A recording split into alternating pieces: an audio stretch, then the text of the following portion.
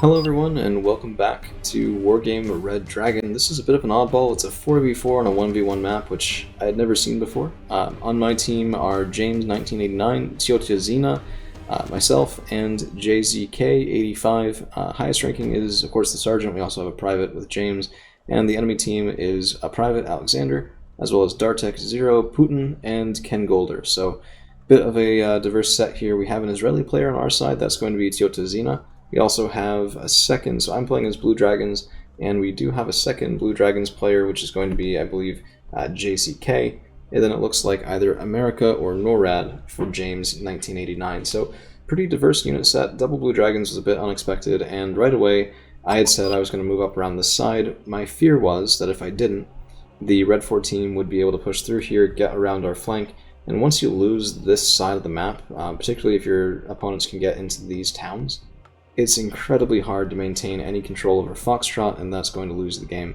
right off the bat. So we do see some enemy troops moving in, Putin and King Golder moving up toward Gulf, and my own stuff just took a little bit of a forward position, but I was sitting there going, oh god, what's going on? Wait, no. We had somebody who said they were going to do Foxtrot. What's going on? There's a Yasser Nimrod opening up here, but receiving fire as well is not able to get more than, well, actually, just gets killed right off the bat. And this was another destruction match, not conquest. So, been trying to diversify a little bit lately, just do a couple more unusual things, and believe it or not, destruction is unusual for me, but I much prefer conquest. Everyone has their own sort of preferences for that. So, the KA-29TB a little bit too close, getting engaged by a Draken and taken down. And then we also have from JZK a flanking maneuver here. It looks like some special forces and then dedicated anti-air. So a little confused by that. Recon special forces, double anti-air. I mean, I guess you want to cut off the helicopter response, but it seemed a little bit strange. I should also note this was an incredibly low points game. So if I recall correctly, income was on low. We started with 500 points each. I shouldn't have started with a fob, but I did because I thought, if it goes for a long time, it might be useful, but we don't need 4 fobs for this. It was way overkill. And a couple extra points, 75 extra points in a game with that small income could make the difference. So, in the meantime, I do have my own forces, upon encountering no resistance here and just nothing at all, just moving up and calling in some reinforcements, Hachinanashikis, to try to get vision on this part of Foxtrot. It wasn't pushed, and it probably should have been. It probably would have succeeded. I mean, there's a single KAFV-90 between our opponents and Bamboo that are standing out in the open woods. But I think people were just being a little bit cagey because they didn't have a lot of income and they didn't have a lot of units. And so everything you lose is that much more deadly for your whole team. So finally unloading, here we have Mistrals, we have also a single Chuma, and we have some mainline infantry and Hachikyushikis. I love these transports. 25 points for a really nice autocannon and Jumats, which aren't exceptional, but even though they're only 17 AP, 26-25 meter range is very, very nice. And finally we see something coming in here for the Red 4 team from Ken Golder, and it's a single vehicle. At the time, I wasn't sure if this was in response to something I had done, or if my opponent was just finally deciding, okay, well, let's get some base defense on this side. And when they kept driving, I thought, okay, well, maybe it's just a, we should get something out and over here. So he is going to be firing at us, but the Hachikyushikis shred that truck and the vehicle inside really quickly. Just brutal kill right there. And that does give away our position, so if I was in the neutral, you guys would see this was pinged. We also get some vision right away on fobs. I don't recall this during the game. I don't think this might be an artifact of the replay, but KA-52 trying to move over to deal with this, and unfortunately my allies push on the side, taken down in a blaze of anti-air fire. T-80 from Dartek is going to be trying to hold off this push as well, and the KA-52 combined with the T-80, this was... I was not going to advance into that, no way in hell. Yeah, I mean, the Mistrals are going to move up, the Chumat are going to move up, but only so far, because the rocket pods... Well, no, I guess KA-52 doesn't have those. Huh. This was brutal, though. My Mistral gets a single shot, has to reposition before the second shot's fired. Second shot is going to be a swing and a miss, and I kind of wish I'd had the PSAMs that some of you guys were talking about for remaking this deck, because 70% accuracy versus 60 might have made the difference.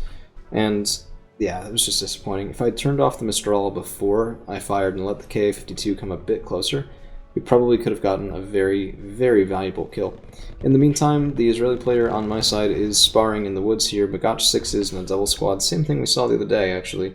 10 rounds per minute and 15 AP. No, sorry, those were, I think, 6 bet Gauls. I'm not really sure. Not a big Israel player myself.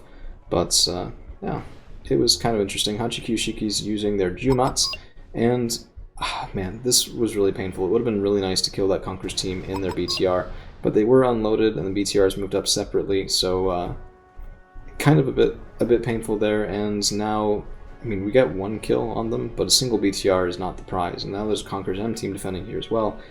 I'm trying to test him here to see if he was attack moved or standard move with the KM900. Kind of questionable decision, but yeah, no, he stopped, he shot. I was sad, but I'd rather use those Conqueror's missiles on something like that than on something I really care about. So I am marking the enemy fob. It's a bit rude, I think, to howitzer enemy fobs, but we did see it, I did mark it. I didn't have the artillery to shoot it at myself, so I'm not going to do that. But if somebody on my team did, it wouldn't be the end of the world.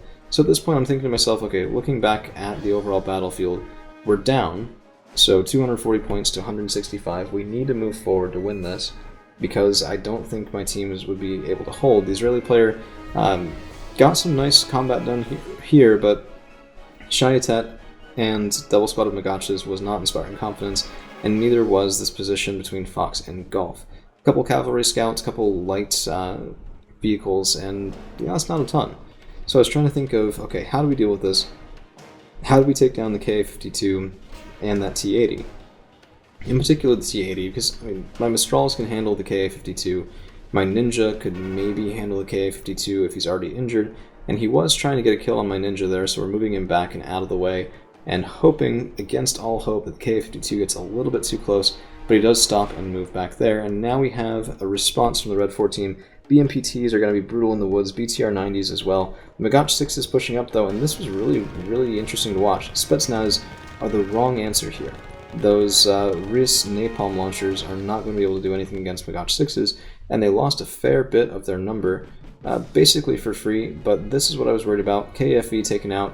It does look like the Red 4 position here is pretty well thought out, pretty widespread, and even if the Magachas, I mean, they have some good success, but BMPTs stunning that group, moving forward again, and that autocannon could be pretty brutal, but it looks like the Magachas were able to shoot first. So, separated, and I thought they were going to be moved back, but it looks like still hoping, I think he was hoping to kill the Spetsnaz, so moving up there, and the Bedouins unfortunately getting shredded by a very nicely placed BTR 90. We'll have to keep an eye on this as I'm just maneuvering Chumat, shooting at the BTRs, but yes, so BMPT goes down? Yes, I think so. And the Spetsnaz now getting shot at by the Magach, out in the open a little bit, but able to get over into the woods and hidden. Now we have a Peace Pheasant 2. This was my answer to that tank. It's not a cost-effective one. Peace Pheasant 2 is, of course, 90 points in that tank. The T-80 was 65, but it does clear the way. It also told me there's a lot of anti-air here, which means I need to really be careful. Tukshun Swa, trying to move up into these woods. I need better recon on this if I'm going to get something done. And now we're, 435 to 365, we are losing ever so slowly, and in particular, yeah, this wood situation was fine, but I was expecting any second for there to be a push coming out of the Red 4 player here.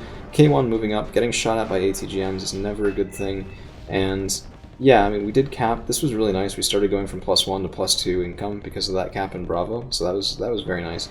But K1's been better lucky than good so far, able to take down that ATGM team because they missed 3 times in a row. I guess bad luck does spread to others sometime as well. And I promise there will be movement here eventually. If I had stones, I would have done it before now, way before now. But I don't. So unfortunately, I waited a little too long, and now both of those tanks are actually taken out by an ATGM team in the woods here. It's going to be prompting a retreat from the Blue 4 player. Oshkosh pulled up, but the units it's meant to resupply are already dead. So yeah, it's gonna kind of suck. So, now we are going to be making our move, and a lot's going to be happening very quickly, so I hope you guys have stuck around this long.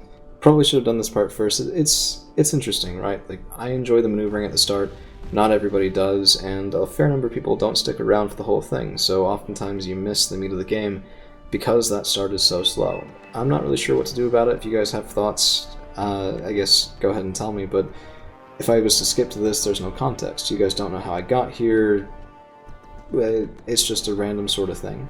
So, Chumot pushing forward, are getting a shot on the BTR-70, and it does look like a swing and a miss. Suzhou Buntai trying desperately to get to the woods. K52 may be responding to me, not quite sure. Second shot from the Chumot, and this time it is a hit, so that transport is taken out. Just 15 points, but every kill counts.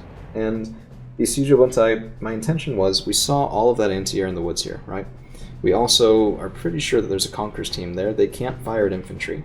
So if we can get in here, we can kill a whole bunch of AA, we can kill some very fragile, expensive weapons teams. Maybe we can get an edge. Razvedka are not going to be enough to stop a double squad of Suzhou Buntai. That Shiki Tertiary, I don't know if it's really good or not, but it always seems to perform well for me. And yeah, it's just a single group of Razvedka, but they're going to be taken out. The thing I was trying to be careful of here is to keep moving, because if there was a bomber, if there was a helicopter response, I might lose all of my forward infantry, and I can't afford that. But we are engaging with the BTR-60PB. Response from the Red 4 team is a tank, flame tank, and that Chumot's just wonderfully positioned. All of their ground reinforcements are going to be getting shot at right off the bat. That's a catastrophic problem in a game like this, and the Mistral moving forward as well, trying to protect this fragile team against that Ka-52. Su-24M bomber coming in. My Ninja takes a shot, Mistral takes a shot, not enough to take it down, and he's going to be turning around and then making my life very, very sad. I unfortunately did not have the points for a fighter, but luckily I'm not alone. We do get Tungushka M, gets a couple shots of my Suzhou Buntai, but that's a 100-point kill right there. Here comes the bomber, being chased, but bombs away, evac Winchester, and does he get out? No. So we do get the last shot off the OH-1 Ninja, but those bombs take out my Chumot, leave my Mistral at a single man, and now I'm feeling less confident about my ability to forestall any Red 4 reinforcements. Ka-52, I think he'd known that the Mistrals were there and probably thought they were killed, because that Ka-52 did not move up like this previously, but this is beautiful. Look at this. I love these autocannons. He gets a little too close and gets absolutely pounded, killed by a double squad of Hachiki. Moves him up to Elite too, which was just beautiful. Makes him even that much more effective. So Tukshin Swa and Suzhou Buntai moving through. I figured the Tukshin Swa could move forward this way, get me vision on this part of the map if they can get through to it. And the damaged Suzhou Buntai could probably hunt for things in these backwoods. And now if we take a look, we've flipped things completely on their head. So my ally, the Israeli player, has been pushed out of Bravo and has taken bad losses. We've been able to move up into Gulf, and the points switch now. I mean, we're at nearly 1100 to their 720. We were behind by a lot for a while. Hachikyushiki's killing a tank at close range. It's just, I mean, MVP definitely goes to these guys, even more than the weapons teams, even more than the infantry at this point, I'd say. And I guess I had to change of heart there, but I didn't remember that at the time. Tukshin Swa moving up and through. Hachikyushiki's engaging a BTR, and I figured, you know, why not capture a fob? I mean, here's that Conqueror's M team.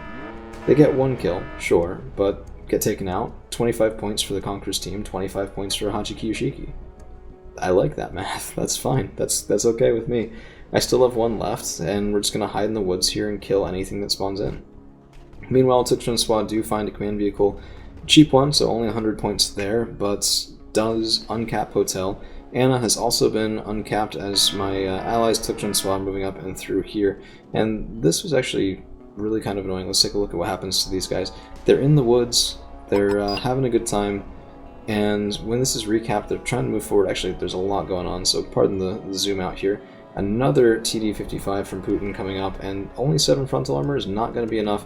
Autocannons at close range, of course, that KE tag do get even more damage than on the label. Another 35-point kill off the Hachikyushiki, and we're going to be now, I think in just a second, moving back to try to secure those fobs. Yeah, I mean, why not, right? I'm almost out of fuel, used a fair amount of my ammunition. Well, they're mine now, I guess. Tukshin Swa finally moving over. Let's take a look at what happens here. And all their weapons are off. All their weapons are off.